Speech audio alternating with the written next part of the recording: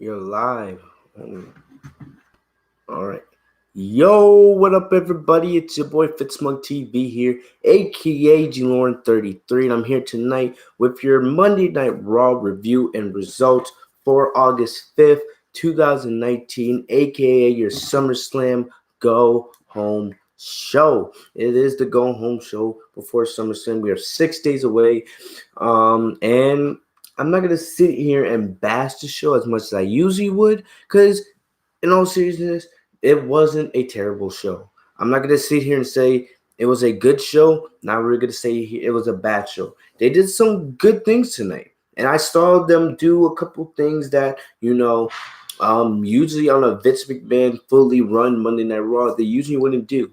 All right, saw a couple changes. I don't know if this is Paul Heyman making changes slowly to WWE. I don't really know if this was. I really just don't know what this was, really, to be honest with you. Don't really know what it was, but it felt a little bit different, all right? It felt a little bit different. And hopefully this is, maybe the first step in the right direction. I don't know if it is, because at the end of the day, we all know this company. We all know Vince, and even though Paul Heyman's now, running the creative side of things, we all know that at the end of the day, Vince is still the head honcho. And if Vince doesn't like what he sees, Vince is going to do what he wants to do. All right. But yes, this is your Monday Night Raw review. I'm Fitzman TV. The links to my social media are down in the description if you guys want to talk to me about WWE at any time. The best way to, talk to me is usually through social media. I'm usually pretty active on there. But, honestly, the way you look at it, if you look at SummerSlam, and we'll discuss this more later this week, most likely around Wednesday or Thursday, I'm going to do a SummerSlam full preview video where we'll go through the entire card and we'll do previews and predictions for all the matches. But if you look at if you take a good look at the SummerSlam card, to be honest, it's one of the big problems WWE has always had. And you see there's way too many part-timers. One of the biggest issues with WWE, as I've said 1,000 times, is they have more talent than they ever had in the history of the company. But one of the big things that WWE is always making, mistakes on is when it comes to its talent, they always decide to bring back the part-timers. Instead of building up the talent you have on your roster now, Vince is always going out spending millions and millions of dollars to bring back a Brock Lesnar, bring back a Goldberg, a Trish Stratus, John Cena, et cetera, et cetera, et cetera. And maybe not John Cena. He's part-time now, but you guys understand what I'm trying to say. And then it hurts your main roster. Why do you think we're always complaining about Buddy Murphy and Apollo Crews and Andrade not getting enough TV time, not getting enough chances to showcase their talent, not getting pushed, in their respective divisions? Why do you think we're always complaining? Because WWE rather focus on bring back part-timers just for namesake. Remember, most of these part-timers can't wrestle the way they used to. The best example, and you guys remember my rant, Undertaker versus Goldberg from Super Showdown a couple months ago. All right, but yet Goldberg's back on the SummerSlam card. Who knows? He might main event. He main evented Monday Night Raw tonight on your SummerSlam Go Home show. Instead of looking on one of your more important SummerSlam matches that feature two current roster students, all right? Instead, you focus on having Goldberg coming back and Shawn Michaels coming back. Undertaker just wrestled at Extreme Rules last month with Reigns versus Shane and Drew McIntyre in that tag team match. And it wasn't a terrible match. It was kind of fun, but still, you guys see, it's like WWE rather bring back old fans, like old fans, just to watch these superstars have one last hurrah in the ring. And it's not even a last hurrah, because we always know they're gonna come back. We always know they're gonna come back, because as long as WWE, as long as Vince still has money, boom, he can call back Goldberg to come at any time. He can call Trish Stratus to come back at any time. He can call The Undertaker to come back at any time. And it's a huge issue with the company, and it's an issue that it's like they refuse to fix. Legit, and it really pisses me off. I just don't understand how hard it is, all right, just to focus on building up your main talent. Focus on the roster you have now. No, and it's a huge problem, and I'm hoping, after SummerSlam they go away with that, but who knows, all right? Who knows?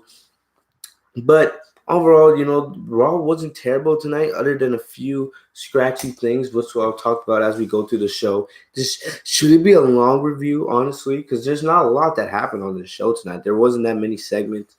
Um, Not really, if you actually look at the show in depth, but I'll give Raw some positivity. The beginning of the show wasn't bad.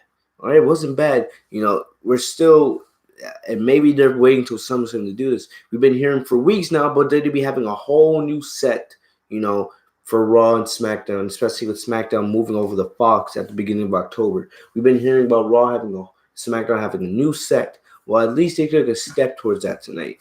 That Raw has a whole new intro. And I noticed that Sasha Banks is not in it. We've been hearing for months now, Sasha Banks is going to come back after SummerSlam. She's going to come back after, she's been gone since Mania. And, I still think she's going to come back because we've already started getting WWE 2K20 news, and she's being promoted heavily for this year's game, especially with the whole 2K showcase mode. WWE wouldn't be promoting Sasha this much if she wasn't coming back. And we haven't heard anything really about Sasha leaving or anything like that in the last couple of months. So I believe most likely, probably, I would be surprised, the night after SummerSlam if we see Sasha Banks come back as a heel and attack Becky Lynch. I don't know. All right, I don't know. But I just, wanted to say that real quick. But Raw has a whole new intro, new graphics, all right? And, it doesn't look bad. It's a new step. And if this is part of Paul Heyman's, trying to make change for Monday Night Raw, I'm on board. All right, because I don't complain when we get new graphics, new stuff or not. Don't complain at all. I enjoy it. I enjoy it for what it is. All right.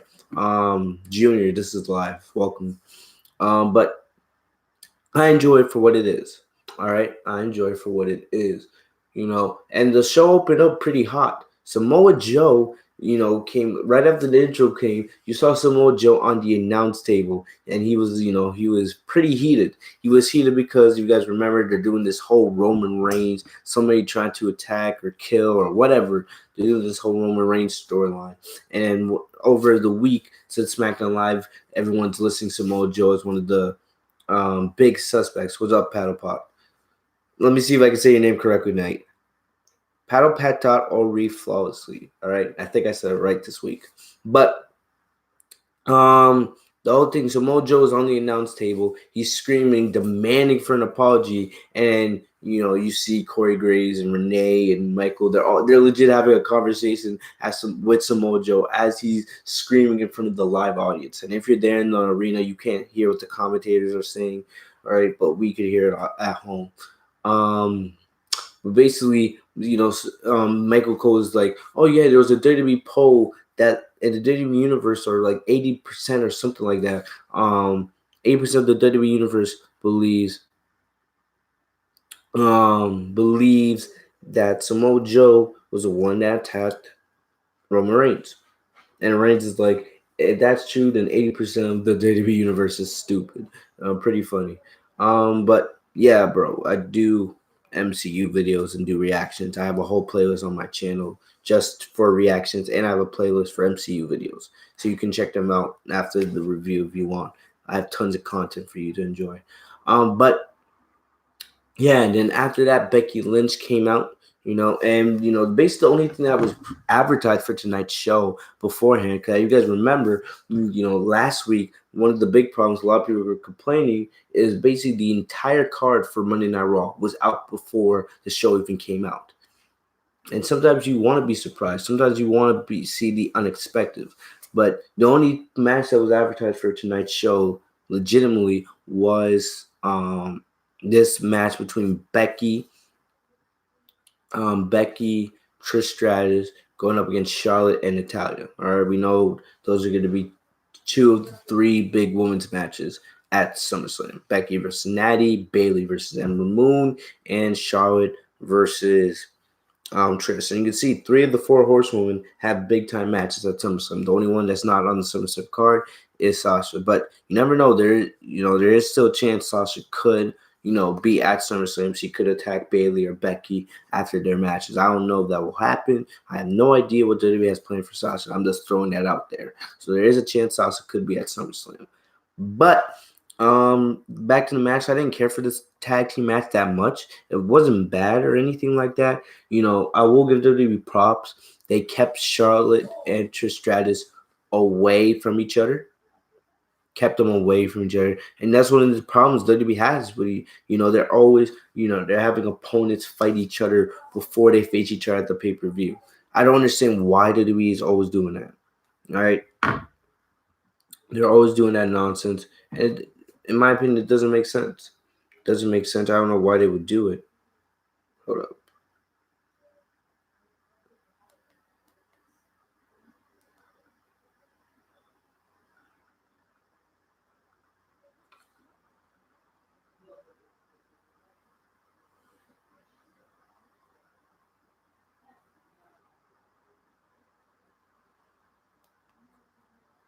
Hey, sorry about that. I had to send this message real quick. But so one thing is they're always having WWE superstars interact before they face each other at the pay per view, and it doesn't make sense. It really doesn't. It takes away from the match at the pay per view. It makes the interaction feel a little bit less special, and I absolutely hate when WWE goes down this direction. It makes zero sense whatsoever. But I appreciate tonight that they didn't have Charlotte and Trish Stratus face each other. They didn't touch each other at all. I'm still, we still have SmackDown Live tomorrow night, so there's still a chance that WWE could, break and have those two get in some kind of physical confrontation. I won't be surprised if we have a Charlotte versus Trish Stratus contract signing planned for tomorrow night. We'll have to wait and see. Hopefully, it's not the case, but it is what it is. I'm gonna be honest with you. I don't really care for this match too much. Honestly, I wish we would be getting Sasha versus Trish because that's the match everybody wants to see, especially after their interaction at the Royal Rumble last year in 2018, I believe. But it is what it is. Sasha's not here yet right now, so I guess of course you're not gonna leave Charlotte off the SummerSlam card. So of course you're gonna give Charlotte versus Trish. Though I don't care for the match too much. It is what it is.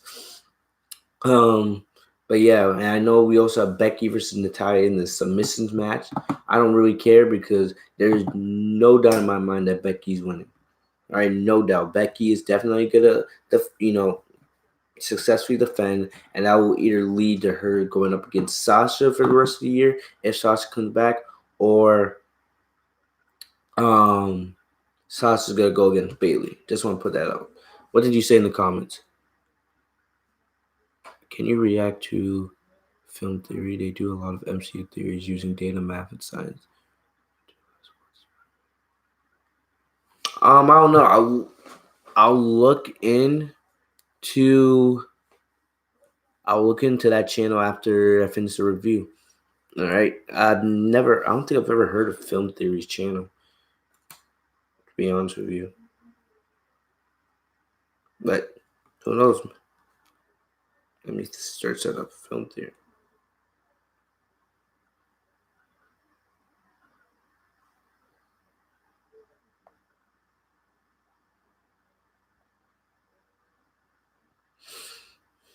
All right. Yeah, I'll look into that after the review, bro. But yeah, that's what happened there. What else happened? Honestly, I'm looking at my notes. I'm just going through the important parts. All right. The important parts of this show. I want to talk about the women's tag team championships, right? And I know I usually go in direct order of the way the show went, but I want to talk about the women's tag team titles just because that match, they had a fatal 4-way tag team match, kind of like what they did at Mania, but it was different. I almost thought this was gonna main event because this match went on for a little over 30 minutes, and part of that is because WWE doesn't do wrestling during commercial breaks, of course. So it made some sense, even though I hate that rule. It's ridiculous and unneeded in my opinion. But hey, there's not much we can do there, right? But if you look at it, and I had to think about it before I started recording. We all hated the Iconics, and yes, it's really great that they are no longer the women's tag team title champions. They should have never won those titles in the first place. All right, if WWE never had made that decision, Sasha would probably still be here. Sasha and Bayley should still be, in my opinion, the women's tag team titles right now. They should be going into SummerSlam defending those titles. I don't know against who. Maybe Tristan Lita. I don't know. But honestly, there is no reason why Sasha and Bayley should not be the women's tag team champions as we speak. As we speak. Like I said, Sasha and Bayley should have kept those titles nearly all year. Should have never lost those titles. I don't know why WWE did that. Now you can tell the women's division is suffering without Sasha. Suffering. She's been gone now for 4 months, and you can see how much the women's division is suffering without her. All right, and it makes me sick that she's not here, but she deserves to be happy, and that's what matters. But the Iconics have done absolutely nothing with those titles at all ever since they got the titles. The titles have just been basically a waste of space on them, in my opinion. A waste of space. They've only defended titles a handful of times, and they defended the titles more against like local competition than actual WWE main roster tag teams, which is a joke. And we hear all the time WWE was planning to make the tag team titles prestige and important. No, they didn't. Let's be honest. No, they didn't. They never, ever, ever had any indication. Because if they did, they would have kept the titles on Sasha and Bayley. There was no reason to ever take those titles off. Instead for trying to perform some kind of shock win, whatever. All right? They said they were going to build up the tag team titles and make them on the level of the other tag team titles in WWE. And instead, they killed them within 1 month. Absolutely ridiculous. But back to the actual match. So the Iconics actually got eliminated very early in this match. They got eliminated by Sonya and Mandy. Right? And in my opinion, if I had to pick one team that I wanted to see win this match, it would have been Sonya and Mandy. All right? Sonya and Mandy, I actually like to see them. I'm a pretty big fan of Sonya Deville. I like her work. I feel like one day Sonya could be a women's champion, a singles women's champion in WWE. I think almost the same thing about Mandy, but more about Sonya. Sonya has the look. She has a pretty good moveset. I think she's one of the more underrated wrestlers in the company. All right. But if you look at it, Mandy and Sonya, they eliminated the Iconics, guaranteeing that we would get new tag team champions. But then if you looked at the 3 teams left, you could already see where WWE is going. All right, you had 2 heel teams and 1 babyface team. You had the Kubaki Warriors, Asuka and Kairi Sane, and you could tell where this was going. A couple minutes later, Asuka and Kairi, they eliminate Sonya and Mandy, Fire and Desire. All right, leaving us with Alexa versus Nikki, and I knew where this was going. I knew they were not going to give the Kubaki Warriors the tag team titles on a random edition of Monday Night Raw. All right, if you're going to give the Kubaki Warriors the titles, they were going to do this at some kind of pay-per-view. All right, and I was just looking to see how much wrestling Alexa Bliss does, because I like Alexa Bliss, but she can't wrestle for crap in the ring. She can't wrestle at all. She's garbage. And basically, the end of this match was so predictable. Because one thing WWE does, it loves to make the baby faces look stupid. All right, it loves to make the baby face look stupid. So you could see, they basically Asuka and Kairi had Alexa Bliss down. Kairi was gonna go for the elbow drop to secure the win, but then you see Nikki Cross getting involved. All right, getting involved.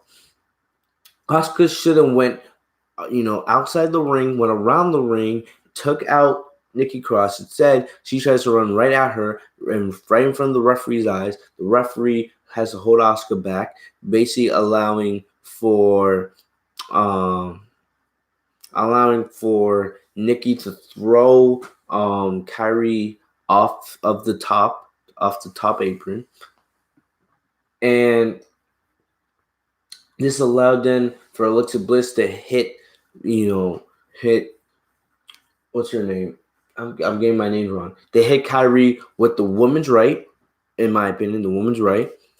And I agree with you, Junior. All right, Sasha does equal CM Punk, best in the world. Thank you very much, bro. But in my opinion, Alexa hits uh Kyrie with the woman's right, in my opinion. Then she goes for Twisted Bliss, which we don't see that much these days. We see Twisted Bliss every once in a while, which is her actual finishing move. And Alexa Bliss and Nikki win the tag team titles. All right. This is now Alexa's sixth, I believe, her sixth championship victory. All right. She's not a Grand Slam champion because she never won the NXT Women's title, but now she's a 3-time Raw Women's champion, a 2-time SmackDown Women's champion, and she also now has a tag team title victory to add to her resume. All right, Junior, for the last time, Sasha's not whiny. All right, please don't say that. Look at your women's division without Sasha. Don't give me that bullcrap. Don't start with me. But back to what I was saying. Honestly, I don't want to hear, because I hate when WWE does this. Alexa Bliss doesn't need a championship. And I heard on somebody on Twitter was like, "Oh yeah, Alexa Bliss and Nikki Cross, their friendship and their journey all the way to the tag team championships has been one of the best stories on WWE television." What are you watching? No? And Junior, all right, Becky Lynch is the best in the world. No, she's not. In my opinion, Sasha Banks is the best women's wrestler in the world. You don't agree with me? I'll just say this. Go to every woman on the main roster that Sasha's faced, all right, in the last 3 years, right? Ask that woman who was their best match against. Almost all of them will say Sasha. Other maybe than a few exceptions, almost all of them will say Sasha. That's all I gotta say about that. But then this is just another accolade to put on Alexa's, her resume. She's now a women's tag team champion, but if you look at it, and in a way, it's good because now at least the women's tag team champions may be defended more on a regular basis. I don't know, because all the times that he's pulling that Alexa can't wrestle because of medical condition. She's a heel, whatever. Okay, Junior. There we go. Now I'm fine with that. All right. Ever since Sasha left, yes, but Sasha will come back. Hopefully, we'll see. But you look at it, you see at least with Alexa and Nikki, the titles will get defended a little more often. I don't know how much more often. All right, but they'll get defended at least more than the Iconics ever defended those titles. And then Beth just continues the Kubaki Warriors. Now they'll continue to chase after the championships. They'll keep going at them. But we'll just give the women's tag team champions more of a spotlight on the main roster. I don't know. I'm not going to say I'm excited for it. I'm not excited for another Alexa Bliss title reign, even if it's a tag team title reign. How long will they be champions? I don't know. I don't know. Who knows? They could have Sasha and Bayley go back after those titles when Sasha comes back. They may have Ember Moon, win the SmackDown Women's title, and then Sasha and Bayley go back after the Women's Tag Team titles. Maybe that's what maybe that's what they had planned. I don't know. I don't know. All right.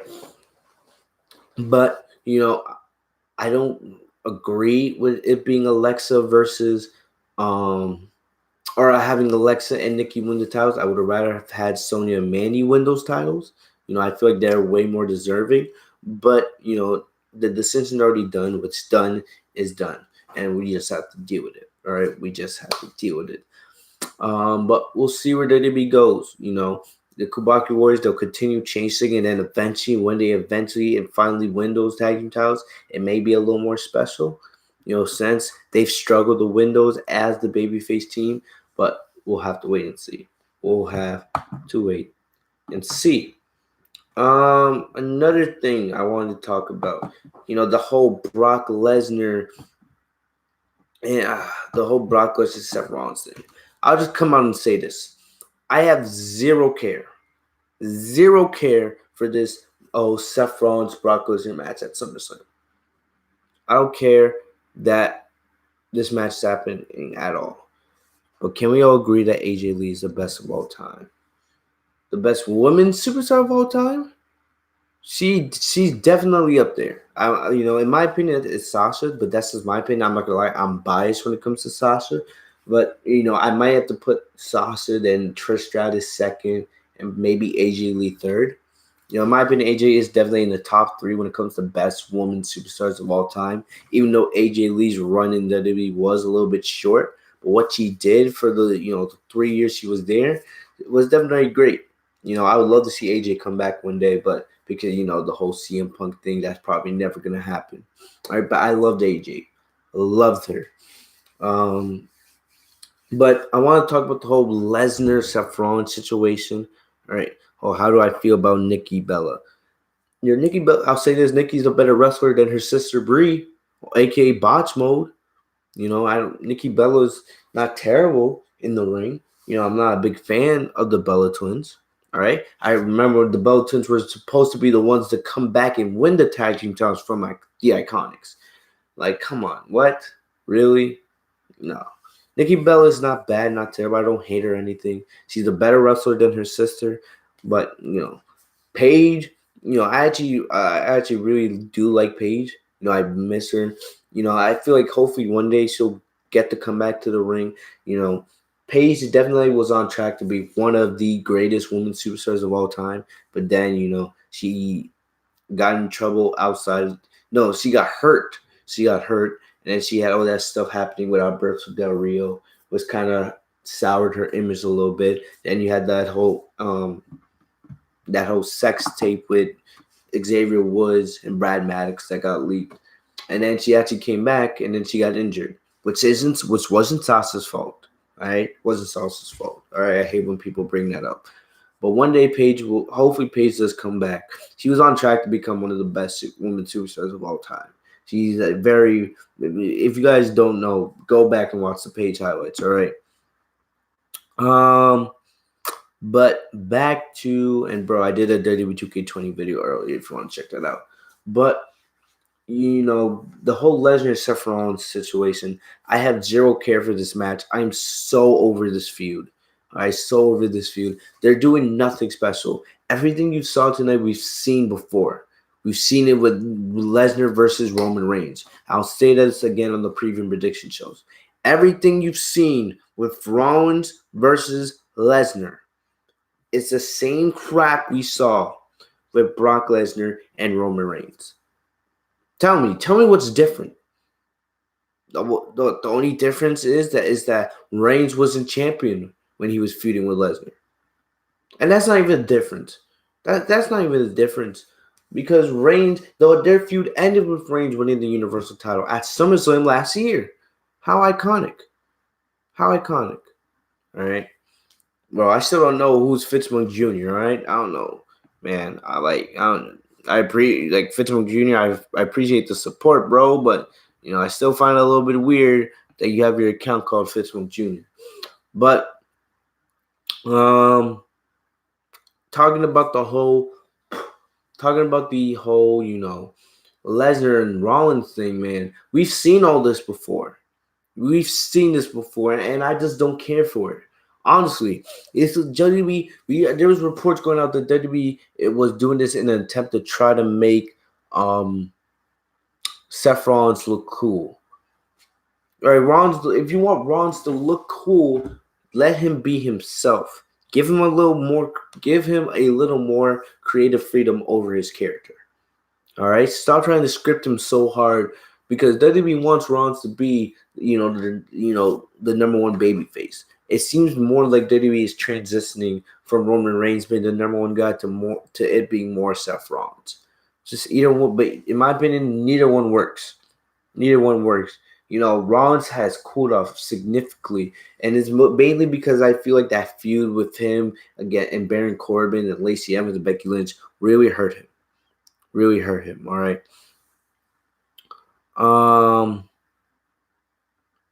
George Lee Jr. What is it? George Lee like the name of most of my players? So I don't know about that, bro. But if you look at it, if you look at it, there's nothing different about this feud than what they did with Roman Reigns, and it makes it less enjoyable. And they're trying so hard. One of the worst things is that they did is after Lesnar S5 Seth Rollins, they have Rollins cut a promo. They actually had him cut a promo instead of just going on to the next segment. They have Seth take the mic, and he's like, "This is my life." This is my life, man. I've trained my entire life just to get here, and I will be at SummerSlam, and I will beat Brock Lesnar. I don't give a shit. I don't give a shit. All right, about this feud. For real, it just reeks of desperation of WWE trying to make Seth Rollins look cool. Seth Rollins is already over with the crowd. All right, this isn't like the situation when Roman was not over. All right, but instead, no, they're just making Seth look dumb and makes you, not want to see him win. You should be trying to make us want to be on Seth Rollins' side. And I feel like they're not trying that. They're just trying to make us feel bad for him and want to be for him. You're not a good actor, and please put something like, all right. But the way I see it, it just doesn't work. It just doesn't work in my opinion, and I'm not excited for this match this Sunday at all. Honestly, I just want this feud to end. To be honest, I really just want the feud to end so we can all just move on to something else. I honestly don't even care if Rollins gets the title back. Don't care at all. I'm the one that's always here bitching and moaning when it comes to Brock Lesnar and his championship victories. All right, but at this point, I don't care about Lesnar being Universal Champion when it comes to Seth Rollins, because Seth Rollins didn't do anything with that title, and I know it's not his fault, but still, I just don't care. I'm not excited for the match. It's most likely going to be your main event of SummerSlam. All right, and that's not any exciting at all. I just don't know. Don't know. I don't care. All right. Don't know. Don't care. What else happened on this show? All right. What else happened on this show? You had the whole Roman Reigns situation. So as I said earlier, the show started with Samoa Joe, calling people out. Samoa Joe was all night portraying the back, looking for Roman Reigns, waiting for him to get to the arena, because Joe wanted a personal apology. Then, later around the third hour, Joe goes out to the ring. He grabs a chair and he's basically like, Raw is officially canceled until Reigns comes out here and gives me an apology. Then he heard that Reigns was in the parking lot. He runs to the parking lot and then he's talking to Roman. We see Roman get out of his rental car, and a couple seconds later, we see the rental car get hit. All right, it gets hit. So somebody tries to take out Roman. The car didn't seem to take that much damage, to be honest. All right, neither car did not take that much damage. Also, the windows were tinted on both cars, so you couldn't see who was inside. But yeah, I do have Instagram, bro. The social media links are in the description. But and then afterwards, Samoa Joe goes up to Roman Reigns' car and tries to tell him to stay down, yelling that we need a medic. I have no idea who, because if you think about it, from just from a storyline perspective, it doesn't really make any sense. Why would someone be trying so hard to take out Roman Reigns? Why? All right. He's not a champion. He hasn't won any championships since last year. It's been almost a year since Reigns had to give up the Universal Championship because he was fighting cancer. He hasn't had one championship match since he came back, which I'm surprised. It's kind of like something they would do with John Cena.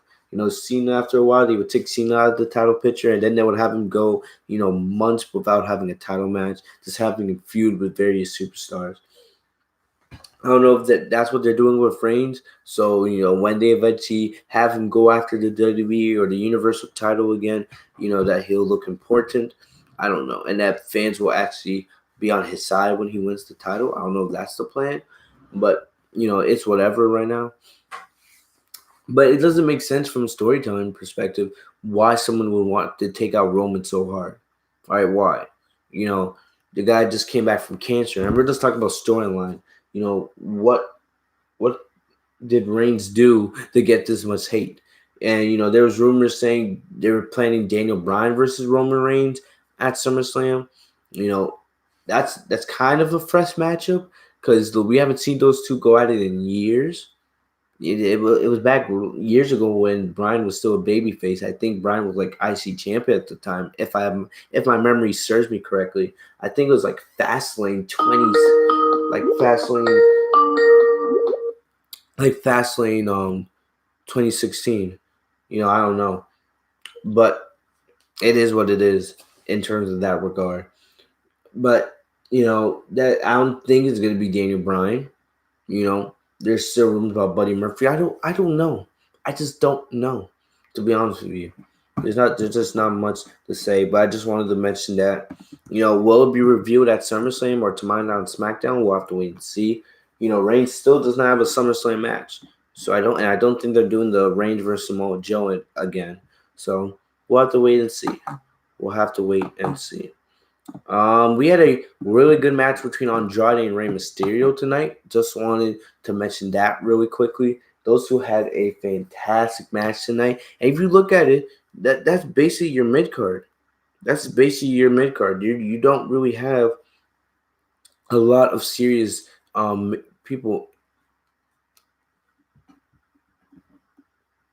All right, bro. I'm not gonna approve that message. I don't know why you would say that. Oh yeah, I got your message. Got your message. But in terms of that regard, it doesn't make that much sense to me why someone would try to take out the mid card division.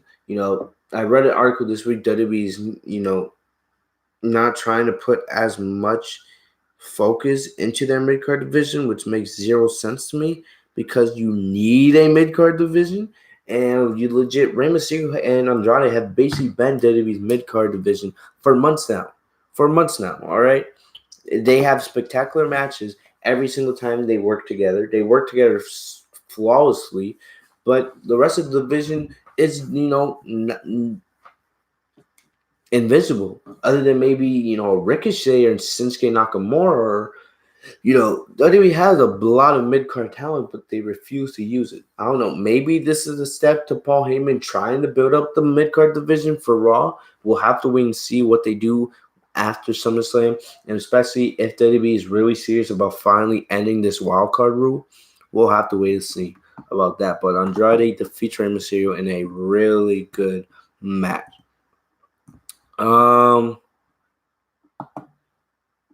Also, in terms of the 24/7 championship, right? The 24/7 championship. And I heard WWE wants to put more of a focus on the 24/7 title. I don't mind the 24/7 title, to be honest. I don't mind it. I just don't want it taken away from key storylines on WWE television. That's what I'm thinking. But the thing about Maria Kanellis had an OBGYN appointment, and basically what happened is Mike Kanellis regained the 24/7 title by basically when his wife was laying down so they could look at her stomach, look at her baby. He basically pinned his wife, had a referee who was dressed as a doctor pin her, make the count, and Mike Kanellis regains the 24/7 title. But the thing is, it didn't last long. The second Mike got into the waiting room, we seen R-Truth and Carmella. R-Truth was dressed as a pregnant, like a baby mama, a pregnant baby mama, and then he rose up. Mike Kanellis, the same ref that was dressed as a doctor, counts the 1, 2, 3, and R-Truth is now an 11-time 24/7 champion. Absolutely ridiculous. I don't mind the 24/7 title. Just I'll put the focus more on the 24/7 title being on YouTube instead of taking away time from your actual shows. The Viking Raiders defeated local competition. I didn't care about this at all because I'm tired of seeing the Viking Raiders face local competition. This just tells me that the Viking Raiders have nothing to do. WWE is just using them to fill time.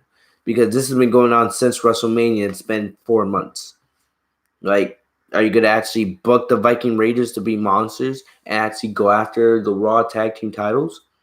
I don't know. Because they don't need to be facing local competition no more. All right? If you're not going to use them, send them back down to NXT, back after the NXT Tag Team titles and the Street Profits. We had Drew McIntyre versus Cedric Alexander, with Kurt Angle being the special guest referee. And I've kind of enjoyed this mini feud between Cedric and Drew, to be honest. I've kind of enjoyed it. But, they had Kurt Angle be the special guest referee, because I guess it was his hometown.